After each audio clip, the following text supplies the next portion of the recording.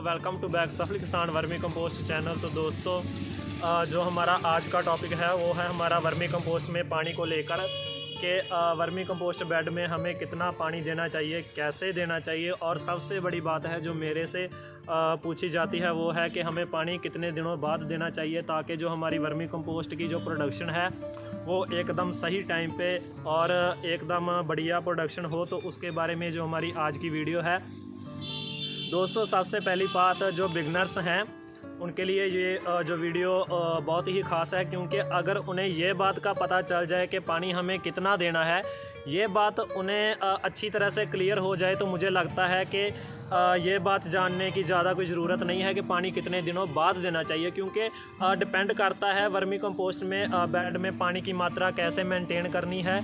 क्योंकि कई बार कहा जाता है कि जैसे हमने स्टार्टिंग को सुनने को मिला था कि पानी गर्मियों में सुबह शाम डेली पानी देना है और सर्दियों में एक दिन छोड़ के एक दिन बाद पानी देना है।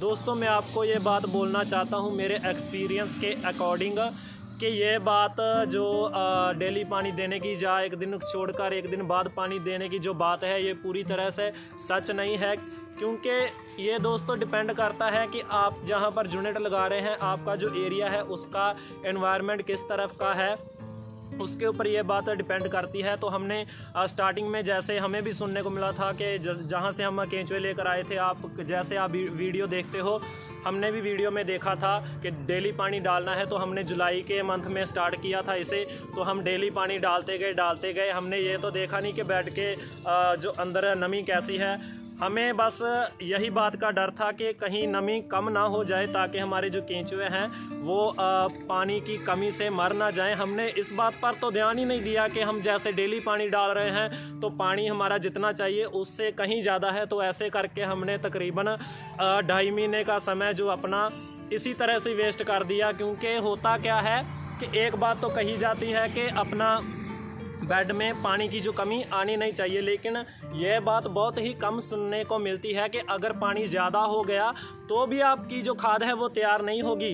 क्योंकि चाहे आपके केंचुए की मात्रा ज़्यादा हो, जहाँ हद से ज़्यादा हो, अगर आपकी नमी बेड में ज़्यादा है, हद से ज़्यादा है जितनी चाहिए, तो तभी आपकी खाद जो तैयार नहीं होगी। तो ये बात तो सब बोल देते हैं कि हमें जो हमारे बेड में जो पानी की कमी आनी नहीं चाहिए, क्योंकि इससे जो हमारा गोबर सूख जाएगा और सूखा गोबर जो केंचुआ खाता नहीं, क्योंकि केंचुए की लाइफ में पानी गोबर से ज़्यादा है। मतलब मेरे कहने का ये है कि खाने से बढ़कर उसके लिए जो पानी है, तो ज़्यादा पानी के कारण खाद क्यों नहीं बनती, जो मेरा एक्सपीरियंस है उसके अकॉर्डिंग मैं आपको बताना चाहता हूँ कि जैसे मैंने आपको बताया कि हमारे जो 2 से 2.5 महीने स्टार्टिंग में जो ख़राब हुए, हमने वेस्ट किए, तो खाद क्यों नहीं बनती। होता क्या है कि बेड में अगर पानी की मात्रा ज़्यादा हो जाती है तो जो केंचुए हैं वो आप देख लेना कि केंचुए बेड में दोनों साइड की तरफ बैठे रहते हैं, क्योंकि उन्हें तो बीच में जाकर सभी गोबर के जो हमारा गोबर है उसके अंदर होना चाहिए, पूरे बेड में होना चाहिए। तो ज़्यादा नमी के कारण वो अंदर नहीं जा पाते, क्योंकि उनका दम घुटने लगता है ज़्यादा पानी के कारण, तो वो बेड से बाहर भी नहीं आते। साइड में नमी कम होती है इसीलिए वो साइड पे बैठे रहते हैं, जहाँ पर होते हैं वहाँ पर वो अपना गोबर खा के जो उसको डिकम्पोज करके वर्मी कंपोस्ट जो हमारा तैयार कर देते हैं।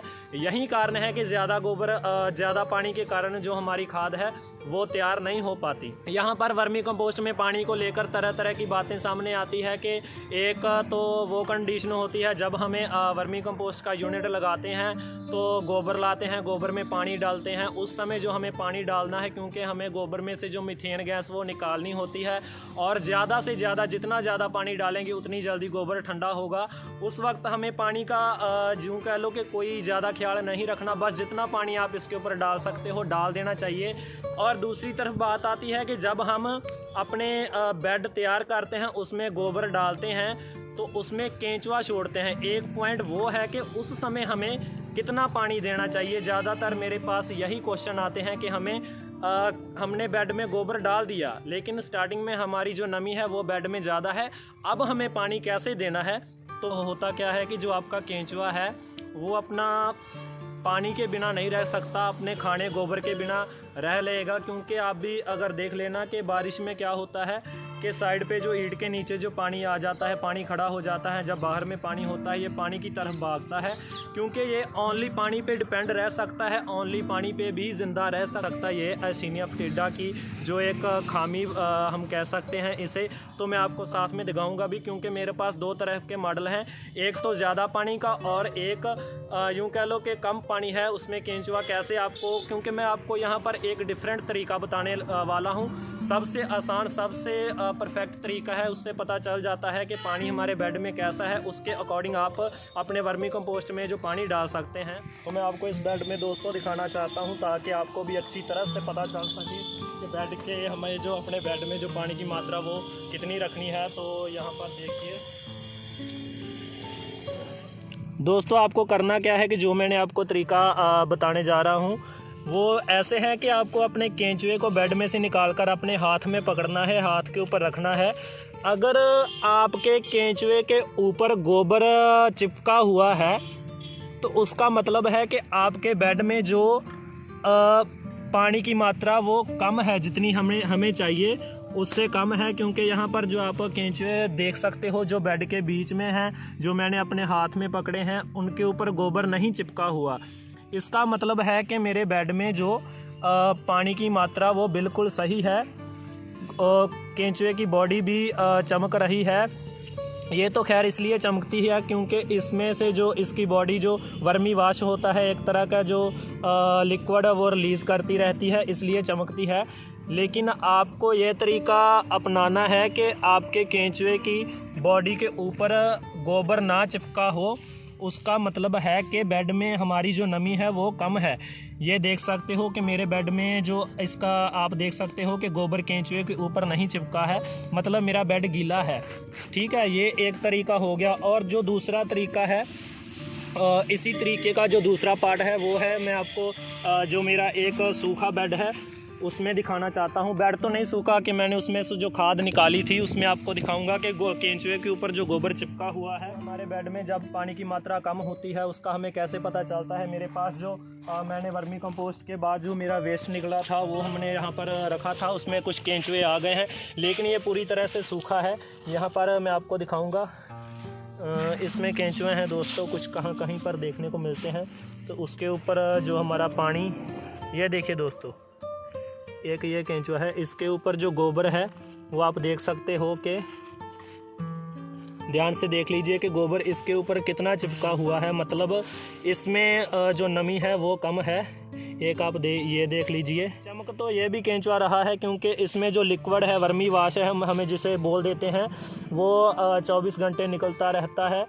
लेकिन आप देख सकते हो कि इसके ऊपर जो गोबर है वो बहुत ज़्यादा चिपका हुआ है, इसमें देखने को ही लग रहा है कि पानी बहुत कम है।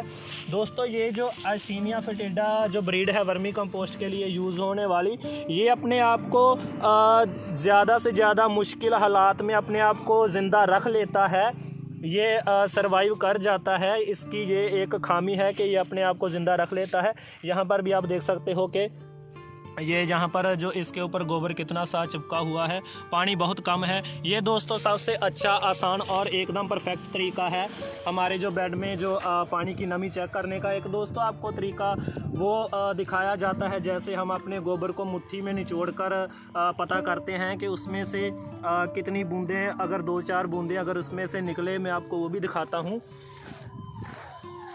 ये देखिए दोस्तों, यहाँ पे कि ऐसे आपको गोबर को पकड़ना है और अपनी मुट्ठी में लेकर उसे निचोड़ना है कि पानी की बूंदें अगर 2-4 टपक रही हैं तो नमी आपकी ठीक है।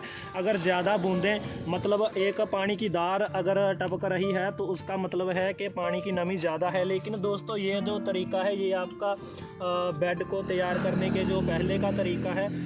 अगर आपने उसके अंदर जो केंचुए छोड़ दिए, उसके बाद जो मैंने आपको तरीका बताया है, आप उसी को यूज़ कर सकते हो। वो तरीका एकदम सबसे परफेक्ट, आसान और सबसे अच्छा तरीका है। तो फाइनली दोस्तों, ये है मेरा तरीका बेड में नमी को चेक करके उसमें पानी देने का। आपको भी इसी तरीके से चेक करना है और बेड में पानी देना है और अपने बेड में वर्मी कंपोस्ट के बेड में नमी बनाए रखनी है। फिर चाहे उसके लिए आपको डेली पानी देना पड़े, चाहे 10 दिन छोड़कर पानी देना पड़े, चाहे 15 दिन 20 दिन बाद पानी देना पड़े, ये बात कोई मायने नहीं रखती। मायने ये बात रखती है कि आपके बेड में पानी की जो मात्रा है, जो नमी है, जितनी चाहिए उतनी है। और हाँ दोस्तों, एक बात का खास ध्यान रखें कि पानी आपको बेड में कैसे देना है, छिड़काव कैसे करना है। जो आपके ऊपर अगर पुराल डाली है तो पुराल, अगर आपने बेड के ऊपर बोरी डाली है तो बोरी, उसको ही सिर्फ ऊपर से गीला करना है, नीचे तक बेड को अच्छी तरह से भिगोना नहीं है, पूरा गीला नहीं करना है। क्योंकि अगर बेड के ऊपर नमी बनी रहेगी तो अंदर बेड के अंदर जो नमी है वो ऑटोमेटिकली जो बनी रहेगी, आपको अंदर से गीला करने की ज़रूरत नहीं है, बस उसको ऊपर से ही गीला करिएगा। तो ये जानकारी मैं आपके साथ जो शेयर करना चाहता था। मिलते हैं नेक्स्ट वीडियो में। थैंक्स, धन्यवाद।